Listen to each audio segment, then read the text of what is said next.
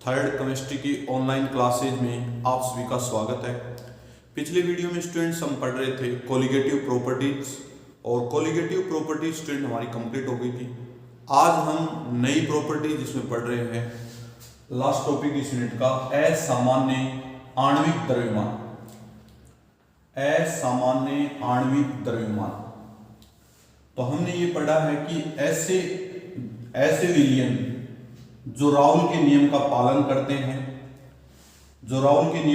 करते हैं, उनमें अणुसंख्य गुणधर्म प्रदर्शित होते हैं। तो मैं इसको ऐसे लिखूं, ऐसे विलयन जो राउल के नियम का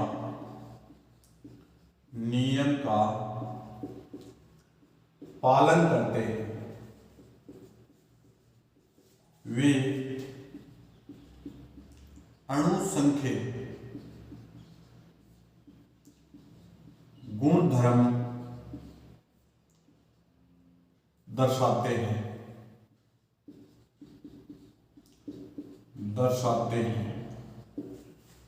जबकि ऐसे विलयन जिनमें अणुओं का संगुणन या वियोजन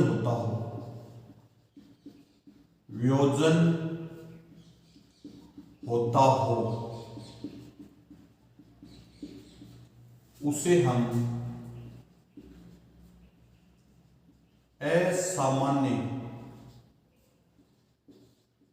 विलयन कहते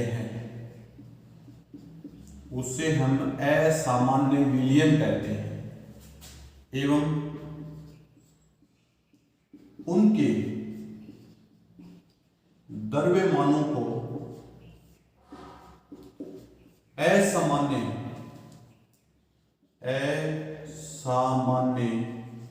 द्रव्यमान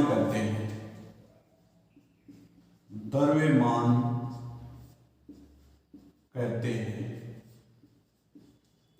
जैसे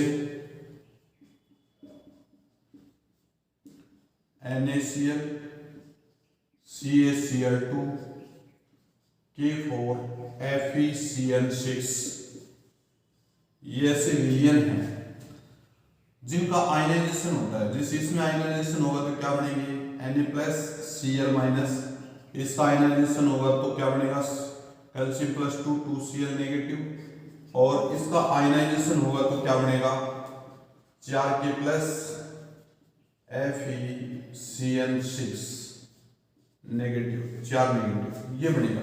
तो इसमें अणुओं की संख्या कितनी हो गई? अणुओं की संख्या बराबर 2। इसमें कितनी होगी स्टूडेंट? 3। इसमें कितनी होगी? 5। तो ये अणुओं का संगुणन है। क्या है स्टूडेंट? अणुओं का संगुणन। अब मान लीजिए अणुओं का संगुणन होने से अणु कितने प्रकार के 2 3 5 ऐसे अणु प्राप्त हुए। दूसरा ऐसा विलयन जैसे जिनमें अणुओं का संगुणन होता हो, ये तो वियोजन हो गया। अभी जैसे वियोजन हो गई, इसमें 2 में टूट गए, 3 में टूट गए, 5 में टूट गए। अब इसके बाद संगुणन होता हो, दूसरा एग्जांपल लिखेंगे संगुणन होता हो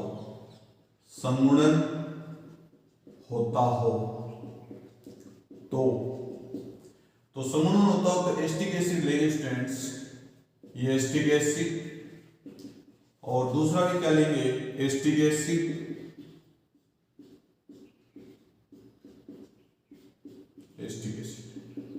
ये बॉन्ड बन जाएगा तो ये क्या बनाते हैं? H bond. और इसको बोलते हैं डाइमर। क्या बोलते हैं? डाइमर। एस्टिक एसिड में अणुओं का संगुणन हो जाता है और डाइमर बना लेते हैं। क्या बना लेते हैं? डाइमर। वियोजन में तो क्या होता है स्टूडेंट्स? एक से अधिक अणु प्राप्त होते हैं और इसमें क्या प्राप्त होता है? अणु का संगुणन प्राप्त होता है। क्या प्राप्त होता है? संगुणन। याद रख लोगे। अब देखिए स्टूडेंट्स आगे वान टॉप ने एक नियम बताया, वान हाफ गुणांक आई एवं असामान्य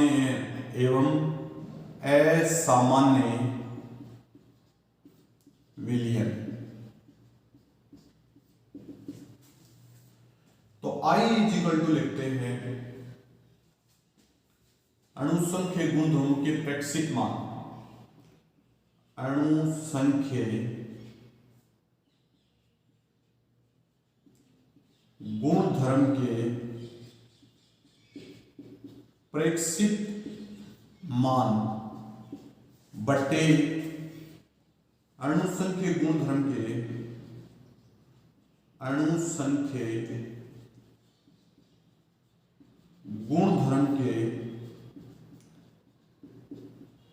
सैद्धांतिक मान। ये वांट ऑफ गुणांक आई है। वांट ऑफ गुणांक आई क्या है? अणुसंख्य गुणधर्म के प्रेक्षित मान बटे अणुसंख्य गुणधर्म के सैद्धांतिक मान। ठीक है भाई, ये एक फॉर्मूला है। अब इसके बाद एक फॉर्मूला इसमें ऐसे लिखते हैं I इजिकल टू, यदि 1 हो तो कैसा विलयन होगा? सामान्य विलयन होगा। कैसा विलयन होगा? सामान्य विलयन। ठीक है भाई, याद रख लो। और दूसरी पॉइंट है I is greater than 1, I की वैल्यू 1 से ज्यादा हो तो अणु का क्या होगा? वियोजन होगा। अणु का वियोजन होगा। ठीक है। और I is equal to less than 1 तो क्या होगा भाई? अणुओं का संगुणन होगा। अणुओं का संगुणन होगा। ये 3 है मेरे अपने पास। I इजिकल टू 1 हो, I is equal to greater than 1 हो और I इजिकल लेस देन 1 हो। अब देखिए आगे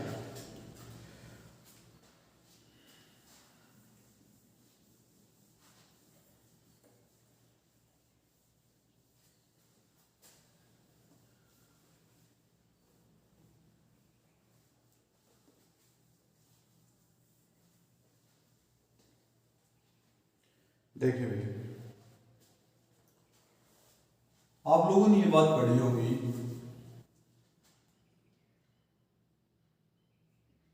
I is equal to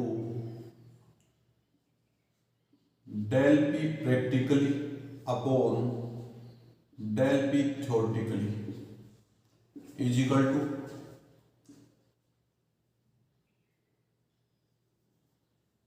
del TB practically upon del TB theoretically is equal to del TF practically upon del TF practically upon del TF theoretically is equal to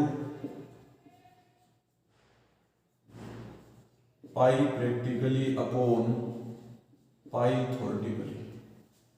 ये van't Hoff गुणांक I में relation है। इस प्रकार पकड़ लिखते हैं। P का मतलब प्रैक्टिकली, T का मतलब थ्योरेटिकली। समझ गए स्टूडेंट्स? अब अपने एक टॉपिक करने जा रहे हैं वांट ऑफ गुणांक I तथा वियोजन की मात्रा अल्फा में संबंध। वांट ऑफ गुणांक I तथा वियोजन की मात्रा अल्फा में संबंध। ऐसे लिखेंगे वांट हाफ गुणांक I तथा वियोजन की मात्रा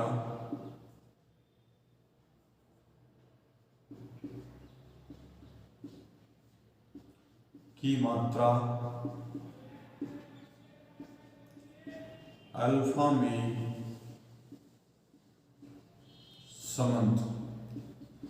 वांट ऑफ गुणांक I तथा वियोजन की मात्रा अल्फा में संबंध। ये टॉपिक है।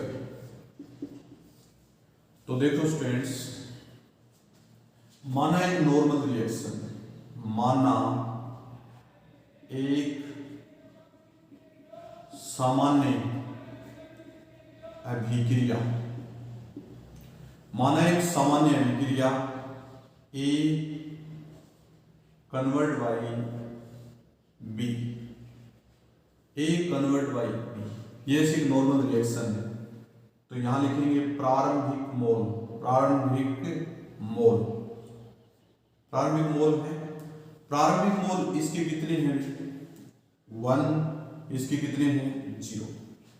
प्रारंभिक मोल कितने हैं इसके 1 और इसके कितने हैं 0।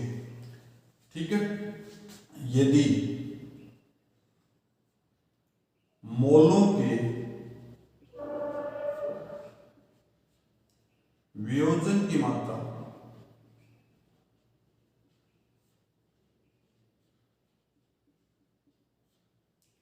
अल्फा हो, तो यदि मोलों के वियोजन की मात्रा अल्फा हो तो क्या लिखेंगे यहां पर 1 माइनस अल्फा, क्या लिखेंगे 1 माइनस अल्फा, और यहां लिखेंगे एन अल्फा। एन मोल वियोजित होकर बी में कन्वर्ट हो गए, एन मोल वियोजित होकर कहां चले गए बी में कन्वर्ट हो गए। समझ गए स्टूडेंट्स। अब अपने पास जैसे ये एक था, एक में से अल्फा मोल वियोजित हो गए, वो तो 1 माइनस अल्फा, और आगे कितने हो गए एन अल्फा। तो टोटल मोल बराबर 1 minus alpha plus N alpha, 1 minus alpha plus N alpha. कोई दिक्कत students, 1 minus alpha plus N alpha. तो वियोजन के बाद मोलों की संख्या है, तो आप लोग इसको एक फॉर्मूला बनाएंगे, I इज इक्वल टू वियोजन के बाद मोलों की संख्या, मोलों की संख्या बट्टे वियोजन से पूर्व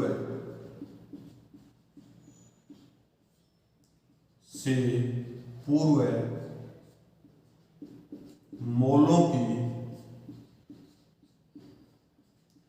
संख्या, वियोजन से पूर्व मोलों की संख्या। तो देखें वियोजन से पूर्व कितना था, यहां लिखेंगे वियोजन से पूर्व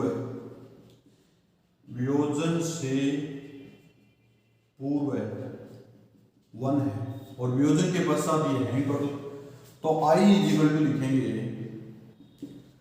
total mole 1 minus alpha plus N alpha बट्टे 1, ये लिखेंगे।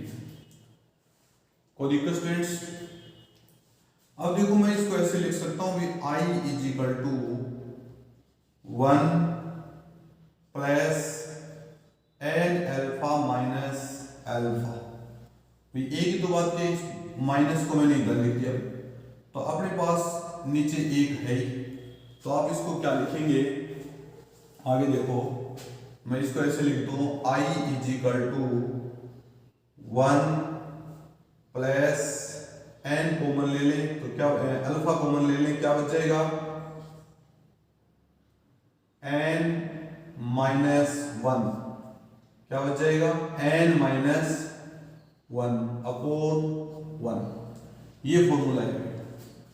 अब देखो आपको कैलकुलेट क्या करना है, कैलकुलेट क्या करना है, इसको मान लीजिए इधर ले आए, तो अपने पास हो जाएगा I minus 1 is equal to alpha N minus 1। ठीक है भाई, तो अपने को कैलकुलेट करना है अल्फा, तो अल्फा इज इक्वल टू क्या हो जाएगा I minus 1 upon N minus 1, ये अल्फा है। वियोजन की मात्रा क्या आएगी अल्फा। समझ गए स्टूडेंट्स, वियोजन की मात्रा अल्फा। ये फॉर्मूला स्टूडेंट अपने वांट ऑफ गुणांक I तथा वियोजन की मात्रा अल्फा में संबंध है। अब इससे हमने क्या निकाला है, अल्फा निकाला है। आई हमारा ये आएगा, आई हमारा ये है, तो आई को अपन क्या निकाल सकते हैं, 1 प्लस अल्फा n माइनस 1, ये आई याद हो गया। ठीक है स्टूडेंट्स, पहला टॉपिक हो गया। दूसरा देखो,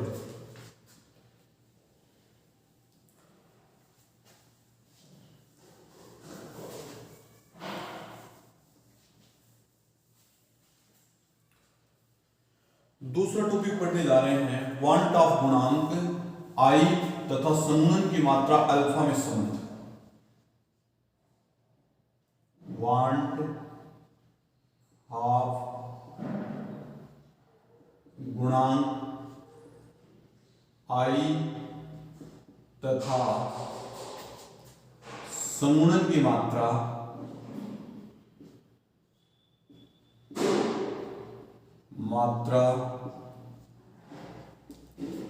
अल्फा में संबंध,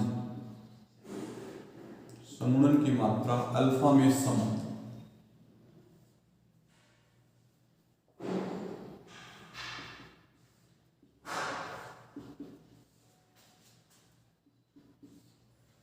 देखो नीचे लिखेंगे माना, माना एक सामान्य अभिक्रिया पर विचार करते हैं, विचार करते हैं। ठीक है, एक नॉर्मल रिएक्शन पे विचार करते हैं और अपने पास रिएक्शन क्या है, A convert by B, A convert by B.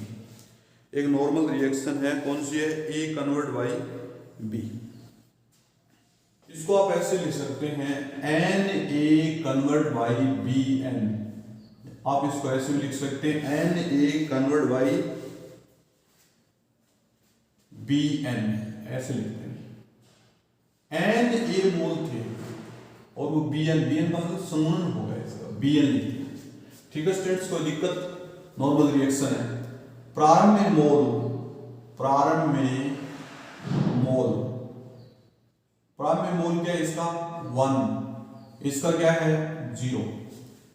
T समय बाद, यहां लिखेंगे टी समय बाद यदि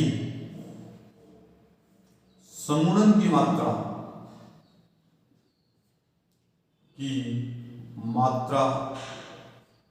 अल्फा हो तो यहां संगुणन से क्या होगा, 1 माइनस अल्फा, यहीं से तभी तो संगुणन हुआ, 1 माइनस अल्फा, और यहां क्या हो जाएंगे अल्फा बाई एन, क्या हो जाएगा अल्फा बाई एन। क्यों भी संगुणन जो होगा तो उसमें क्या लिखेंगे 1 माइनस अल्फा और अल्फा बाई एन, यानी जो अल्फा मोल हैं वो एन मोल में कन्वर्ट हो गए। समझ गए स्टूडेंट्स? तो आप लोग इस लिखेंगे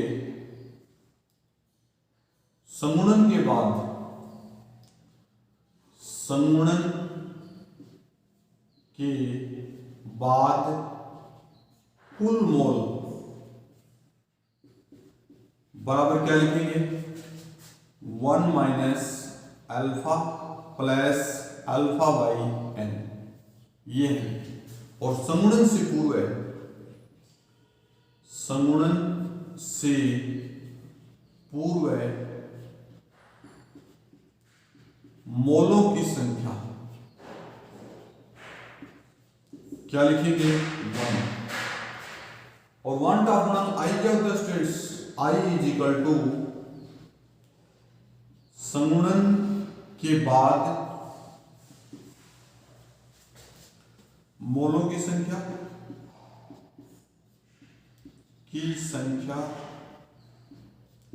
बटे संगुणन से पूर्व मोलों की संख्या, संगुणन से पूर्व मोलों की संख्या। ठीक है स्टूडेंट्स, अब देखें आई इज इक्वल टू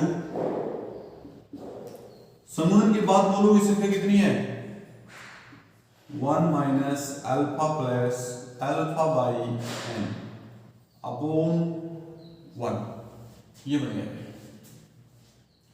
अब इस पूरे को अपन क्या करेंगे, n से मल्टीप्लाई करेंगे। किससे मल्टीप्लाई करेंगे, n से। तो आप लोग क्या लिखेंगे, N I is equal to n minus n alpha plus alpha, यही तो होगा।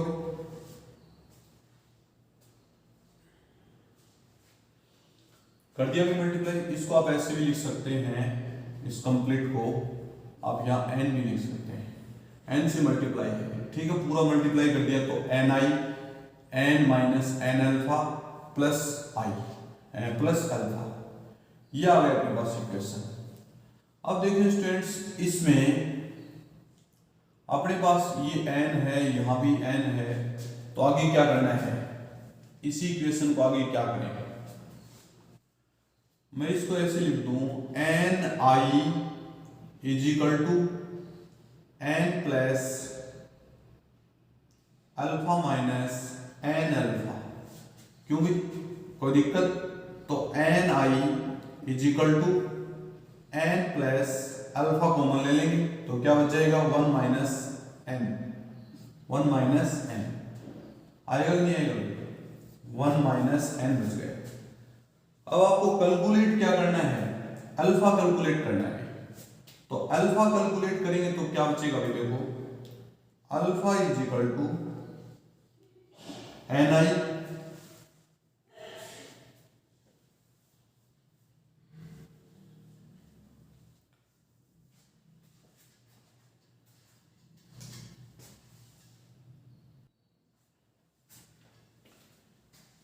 अब देखो भाई, इस n को मान लीजिए मैं इधर ले जाऊं तो क्या बच जाएगा अपने पास, N I minus N is equal to alpha into 1 minus N.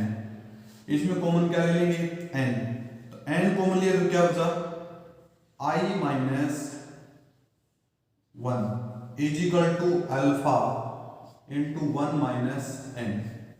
ठीक है भाई, कोई डाउट। अब आगे देखें, आपको कैलकुलेट क्या करना है, अल्फा कैलकुलेट करना है। तो अल्फा इज इक्वल टू क्या आ जाएगा भाई, n into I minus 1 upon alpha into 1 minus n, sorry alpha तो आएगा 1 माइनस n, ये फॉर्मूला बनेगा। समझ गए स्टूडेंट्स। अब दोबारा से एक बार मैं बता देता हूँ, समूहन के बाद मोलों की संख्या बटे समूहन से पूर्व मोलों की संख्या। तो i इज इक्वल टू हमारा क्या हो जाएगा, 1 माइनस अल्फा बटे अल्फा बाई n। अब n को इससे मल्टीप्लाई करें तो इससे मल्टीप्लाई आई एन, इसका हो जाएगा n, इसको हो जाएगा n अल्फा प्लस अल्फा। अब I N n plus alpha यानी आगे ले जाएंगे माइनस n अल्फा, तो n plus alpha 1 minus n। अब देखो इसमें अल्फा कॉमन ले लेंगे तो 1 माइनस n, n को इधर ले आएंगे तो n कॉमन ले लें तो i माइनस 1 और अल्फा इंटू 1 माइनस n। तो अल्फा ज्ञात करना है आपको, n into I minus 1 by n 1 minus n। ये था स्टूडेंट आपका क्वेश्चन, कोई दिक्कत। ये आपके वियोजन की समूहन की मात्रा इससे कैलकुलेट कर सकते हैं, अल्फा कैलकुलेट हो गए, ठीक है। अब देखो एक न्यूमेरिकल देता हूं स्टूडेंट्स आपको, एक सिंपल सा न्यूमेरिकल सोल्व करवाते हैं इसी के ऊपर। क्वेश्चन देता हूं पहले, देखना भी क्वेश्चन क्या है। यदि K4 FeCN6, ये एक मॉलिक्यूल है, K4 FeCN6 का 0.1 सॉल्यूशन या विलियन, 0.1 विलियन 27 डिग्री सेंटीग्रेड ताप पर 46% वियोजित होता है। कितने परसेंट वियोजित होता है, 46% वियोजित होता है, 46% वियोजित होता है। कितने परसेंट वियोजित होता है? 46%। तो विलयन का प्रासरण दाब ज्ञात करो। तो विलयन का प्रासरण दाब ज्ञात करो। क्या ज्ञात करना है? विलयन का प्रासरण दाब ज्ञात करो।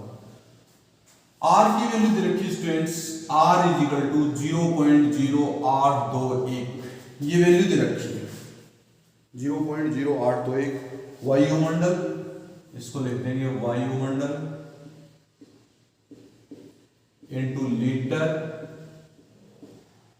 Into kelvin inverse into mole inverse,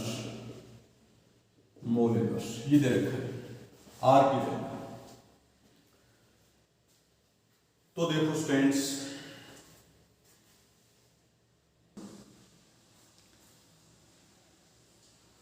अब देखिए इसमें फॉर्मूला कौन सा लगेगा?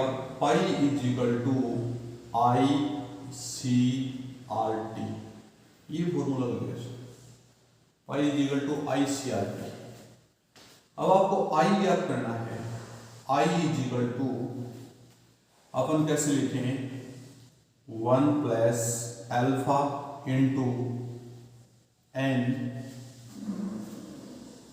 माइनस 1 अपॉन 1, ये लिखना है। I is equal to 1 plus alpha into N minus 1 upon N, ये फॉर्मूला है आई का। पहले आई कैलकुलेट करेंगे तो अल्फा इज इक्वल टू है 46/100, यानी 46% इसका डिकम्पोजिशन हुआ है। एन इज इक्वल टू क्या है स्टूडेंट्स? 5, क्योंकि K4 FeCN6 है। K4 में मैंने बताया 4K प्लस FeCN6, इसके कितने मोल हैं? 4 ये मोल और 1 मोल, 5 हो गए टोटल। ठीक है स्टूडेंट्स, बाकी कुछ करना नहीं है। तो I इज इक्वल टू अपने पास 1 plus 46/100 into 5 minus 1 into direct अपन क्या लिख दें? 4/1। आप इसको ऐसे लिख दें फॉर्मूले को। तो देखिए अपने पास जो आई की वैल्यू आएगी वो आएगी वैल्यू 2.84। समझ गए स्टूडेंट्स? इसको सोल्व करेंगे तो आई की वैल्यू आएगी 2.84। आगे अब आई आते अपन फॉर्मूला लगाएंगे pi is equal to I C R T. कौन सा फॉर्मूला लगाएंगे? Pi is equal to I C R T. तो आई की वैल्यू क्या है स्टूडेंट्स? 2.84। सी की वैल्यू क्या है अपने पास? सी की वैल्यू 0.1 m। आर की वैल्यू क्या है स्टूडेंट्स? 0.0821। और टी की वैल्यू कितनी है? 27 plus 273 is equal to 300 kelvin. ये फॉर्मूला लगाएंगे तो देखिए यहां पर क्या बन जाएगा? Pi is equal to 2.84 into 0.1 into 0.0821 into 300, ये आंसर आएगा स्टूडेंट्स। इसका आंसर अपन लिखते हैं 6.98 ATM। 6.98 यानी पाई इज इक्वल टू अपने पास जो आंसर आएगा वो कितना आएगा? 6.98। समझ गए स्टूडेंट्स? तो ऐसे क्वेश्चन आपको कर लेने हैं। ठीक है, ये यूनिट स्टूडेंट यहां पर कंप्लीट हो जाती है। बाकी यूनिट स्टूडेंट नेक्स्ट पीरियड में अपन करेंगे। ठीक है, ओके।